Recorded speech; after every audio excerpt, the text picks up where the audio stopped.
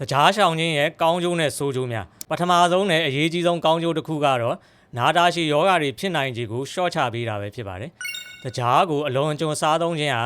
စီးကျိုယောဂါနှလုံးယောဂါနဲ့အသေးအစီဖုံးတာလိုမျိုးပြင်းထန်တဲ့ယောဂါတွေဖြစ်နိုင်ခြေကိုမြင့်တက်စေပါတယ်။ဒုတိယကောင်းကျိုးကတော့ကိုယ်လေးချိန်ထိန်းသိမ်းရမှာအထောက်အကူဖြစ်စေခြင်းဖြစ်ပါတယ်။တကြားရှောင်လိုက်ရင်မလိုအပ်တဲ့ကယ်လိုရီတွေရော့ကျသွားပြီးကိုယ်လေးချိန်ထိန်းသိမ်းမှုပိုမိုလွယ်ကူစေပါတယ်။တတိယကောင်းကျိုးကတော့အသားရည်ပိုမိုကောင်းမွန်လာတာဖြစ်ပါတယ်။တကြားတဲ့များတဲ့အစားအစာတွေကအသားရည်ကိုပျက်စီးစေတာဝက်ချံထွက်တာမျိုးတွေဖြစ်စေနိုင်ပါတယ်။တကြားရှောင်လိုက်တဲ့အခါအသားရည်ကြည်လင်လာတာကိုတွေ့ရပါလိမ့်မယ်။စံသားကိုပိုမိုတောက်ပြောင်စေပြီးလက်သေးခြေသေးကျန်းမာရေးကိုလည်းကောင်းမွန်စေပါတယ်။စတုထကောင်းကျိုးကတော့သွေးရင်းတကြားတဲ့အတက်အကျများတာတွေမရှိတော့မှဖြစ်တဲ့အတွက်